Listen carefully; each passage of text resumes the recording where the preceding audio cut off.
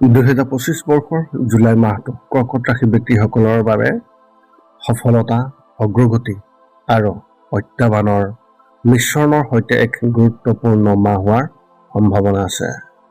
এই মাহত আপুনি সময় উলিয়াই আপোনাৰ পৰিয়াল আৰু সম্পৰ্কত সম্প্ৰীতি আৰু প্ৰেম বৃদ্ধি কৰাৰ লগতে আপোনাৰ ব্যৱসায়িক প্ৰচেষ্টাত সফলতা লাভৰ বাবে নিয়ন্ত্ৰণৰ প্ৰচেষ্টা চলাব লাগিব। আপুনি নিজৰ স্বাস্থ্যৰ যত্ন ল'ব লাগিব আৰু নিয়মিতভাৱে ব্যায়ামৰ লগতে খাদ্যৰ বিশেষ যত্ন ল'ব লাগিব। আৰ্থিক বিষয়ত সাৱধান হ'ব লাগিব আৰু অপ্ৰয়োজনীয় খৰচৰ পৰা আঁতৰি থাকিব লাগিব। এই 2025 বৰ্ষৰ জুলাই মাহত আপোনাৰ বাবে কি সেইবোৰ জানিবলৈ আপুনি যদিহে বিচাৰিছে, আপুনি আপোনাৰ নিজৰ লক্ষ্যত উপনীত হ'ব যদিহে বিচাৰিছে আৰু জীৱনত সফলতা লাভ কৰিব বিচাৰিছে, গতিকে আহক এই কৰ্কট ৰাশিৰ ব্যক্তিসকলৰ এই 2025 বৰ্ষৰ জুলাই মাহটোত আপোনালোকে জানিব পাৰিব আপোনালোকে কেনেধৰণৰ বিশেষ যত্ন ল'ব লাগিব, তাৰে সম্পূৰ্ণ তথ্য আপোনালোকে লাভ কৰিব। প্ৰথমে মোৰ চেনেলটো ছাবস্ক্ৰাইব কৰি ল'ব যাতে মোৰ পিছৰ ভিডিঅ'বিলাক আপোনালোকে সহজে লাভ কৰিব পাৰে। লগতে মোৰ ভিডিঅ' যদি ভাল লাগে তেন্তে লাইক আৰু শ্বেয়াৰ কৰিব, কমেণ্ট কৰি আপোনালোকৰ মনৰ ভাৱ প্ৰকাশ কৰিব। এতিয়া মূল বিষয়লৈ আপুনি জানি লওক এই জুলাই মাহটোত আপোনাৰ ৰাশিৰ যি ধনাত্মক তাৰে তথ্য। এতিয়া এই সময়ে যেতিয়া আপুনি আপোনাৰ জীৱনৰ দীৰ্ঘদিনীয়া সমস্যা সমাধান কৰিব পাৰিব। আপুনি হয়তো আপোনাৰ ৰুটিনৰ পৰা সকাহ পাবলৈ নতুন নতুন কামৰ প্ৰতি আকৰ্ষিত হ'ব, যিয়ে আপোনাক মানসিক শান্তি আৰু শিথিলতা প্ৰদান কৰিব। আপোনাৰ ঘৰত সংস্কাৰ আৰু সজ্জাৰ প্ৰকল্পৰ পৰিকল্পনা কৰিব পাৰিব, যিয়ে আপোনাৰ ঘৰক নতুন আৰু আকৰ্ষণীয় ৰূপ দিব। ইয়াৰ বাহিৰেও আপোনাৰ সন্তানৰ পৰা আপোনালোকে তেওঁলোকৰ কেৰিয়াৰৰ সৈতে জড়িত খুবেই ভাল খবৰ পাব আৰু আপুনি সুখী আৰু গৌৰৱ অনুভৱ কৰিব। এতিয়া আপুনি জানক এই 2025 বৰ্ষৰ এই জুলাই মাহটোত আপুনি কেনেধৰণৰ সাৱধানতা অৱলম্বন কৰিব লাগিব। এই মাহৰ মাজভাগত আপুনি কিছু প্ৰত্যাহ্বানৰ সন্মুখীন হ'ব পাৰে, কিন্তু অভিজ্ঞ আৰু জ্যেষ্ঠ লোকৰ পৰা পৰামৰ্শ যদি আপুনি পালন কৰে তেন্তে আপোনাৰ সমস্যা সমাধানত সহায়ক হ'ব পাৰে। আপোনাৰ গুৰুত্বপূৰ্ণ কামৰ প্ৰতি গাফিলতি এৰি চলিব নালাগিব, কিয়নো ইয়াৰ ফলত আপোনাৰ বাবে নেতিবাচক পৰিণতি হ'ব পাৰে।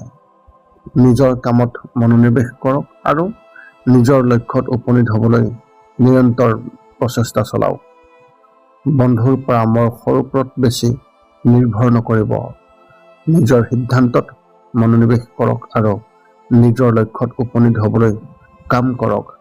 বিশেষকৈ যুৱক যুৱতীসকলে পঢ়া শুনাৰ প্ৰতি অধিক মনোযোগ দিব লাগিব আৰু শৈক্ষিক লক্ষ্যত উপনীত হোৱাৰ বাবে নিৰন্তৰ প্ৰচেষ্টা চলাব লাগিব। ব্যৱসায় আৰু চাকৰি ক্ষেত্ৰত এনেধৰণৰ ব্যৱসায়িক কাম কাজত অত্যন্ত সাৱধান হ'ব লাগিব, কাৰণ অলপ গাফিলতিৰ ফলত ডাঙৰ লোকচান হ'ব পাৰে। সহকৰ্মী আৰু কৰ্মচাৰীসকলৰ কাম কাজৰ প্ৰতি সম্পূৰ্ণ মনোযোগ ৰাখিব লাগিব। এই জুলাই মাহৰ মাজভাগত এনে পৰিস্থিতি আপোনাৰ পক্ষত থাকিব, যিয়ে আপোনাৰ ব্যৱসায়িক প্ৰচেষ্টাত সফলতা কঢ়িয়াই আনিব। অফিচৰ কামত মনোযোগ ৰাখক আৰু আনৰ কামত জড়িত নহ'ব। যদিও অবাঞ্ছিত স্থানত কাম পোৱাৰ বাবে আপুনিও চিন্তিত হ'ব পাৰে, কিন্তু আপুনি নিজৰ লক্ষ্যত মনোনিৱেশ কৰি থাকিব লাগিব আৰু ব্যৱসায়িক প্ৰচেষ্টাত সফলতা লাভৰ বাবে নিৰন্তৰ প্ৰচেষ্টা চলাব লাগিব। প্ৰেমৰ ক্ষেত্ৰত ফলাফল এনেধৰণৰ আপোনাৰ পৰিয়ালৰ প্ৰতি দায়িত্ববোধ থাকিব আৰু তেওঁলোকৰ বাবে সময় উলিয়াবলৈ চেষ্টা কৰিব, কিন্তু আপোনাৰ স্বভাৱৰ বাবে পৰিয়ালৰ সদস্যৰ লগত কিছু পাৰ্থক্য থাকিব। আপুনি আপোনাৰ পত্নী বা স্বামী আৰু পৰিয়ালৰ সদস্যক সন্মান কৰা উচিত আৰু তেওঁলোকৰ লগত সময় কটাবলৈ চেষ্টা কৰা উচিত। ইয়াৰ ফলত আপোনাৰ পৰিয়ালত সন্মতি, সম্প্ৰীতি আৰু মৰম বৃদ্ধি পাব। প্ৰেমিক প্ৰেমিকা আৰু নিজৰ প্ৰেয়সী বা প্ৰেমিকৰ নিজৰ ভৱিষ্যতৰ পৰিকল্পনা কৰি পাৰস্পৰিক প্ৰেম আৰু সম্প্ৰীতি শক্তিশালী কৰিব পাৰিব। আপোনজনৰ লগত সময় কটালে মানসিক শান্তি আৰু শিথিলতা লাভ কৰিব। স্বাস্থ্যৰ ক্ষেত্ৰত এনেধৰণৰ। স্বাস্থ্যৰ ক্ষেত্ৰত খাদ্যৰ বিশেষ যত্ন ল'ব লাগিব। অৱহেলাৰ ফলত খাদ্য বিষক্ৰিয়া, পেটৰ বিষ আৰু পাচনতন্ত্ৰৰ অন্যান্য সমস্যাৰ সৃষ্টি হ'ব পাৰে। গতিকে আপোনাৰ ৰুটিন আৰু খাদ্যাভ্যাস সংগঠিত ৰাখক আৰু গাফিলতিৰ পৰা বিৰত থাকক। স্বাস্থ্যসন্মত খাদ্য খোৱাৰ, পৰ্যাপ্ত পৰিমাণৰ পানী খোৱা আৰু নিয়মিতভাৱে ব্যায়াম কৰা। ইয়াৰ ফলত আপোনাৰ স্বাস্থ্য ভাল হৈ থাকিব আৰু দৈনন্দিন কাম-কাজত আপুনি সক্ৰিয় আৰু শক্তিশালী হৈ থাকিব। আপুনি এই মাহত কেনেধৰণৰ প্ৰতিকাৰ অৱলম্বন কৰিব লাগিব তাৰ এই তথ্য জানি লওক।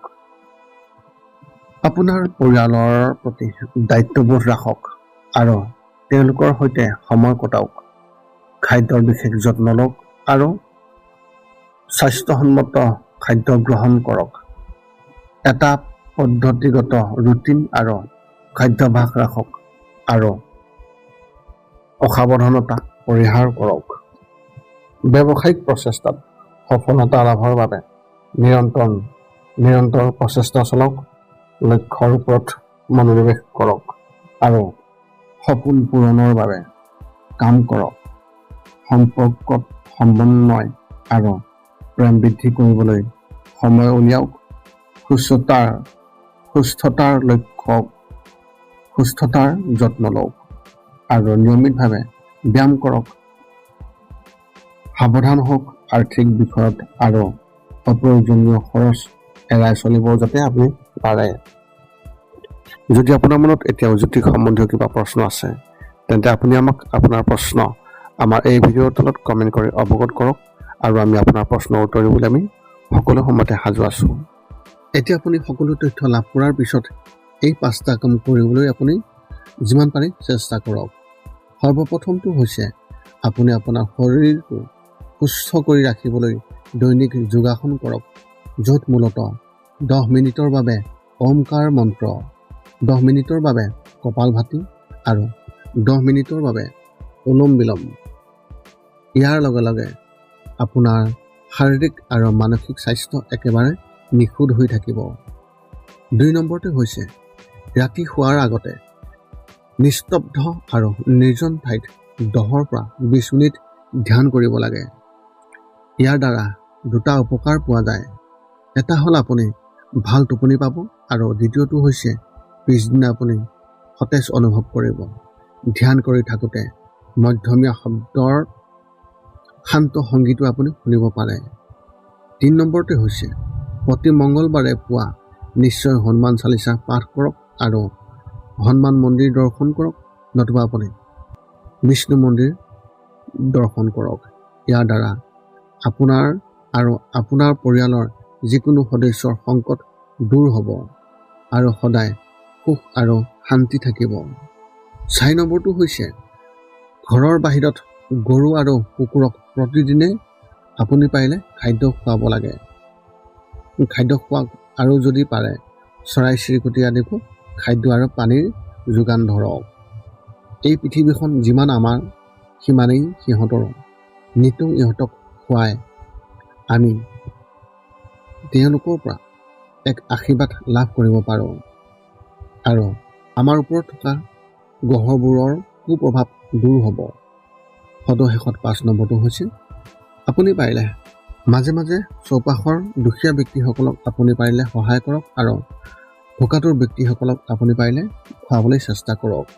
এই আছিল 2025 বৰ্ষৰ জুলাই মাহটোত কৰ্কট ৰাশি ব্যক্তিসকলে লাভ কৰিবলৈ সম্পূৰ্ণ ৰাশিফলৰ বৰ্ণন। পুনৰ লগ পাম অন্য এটা ভিডিঅ'ত। আজিলৈ ধন্যবাদ।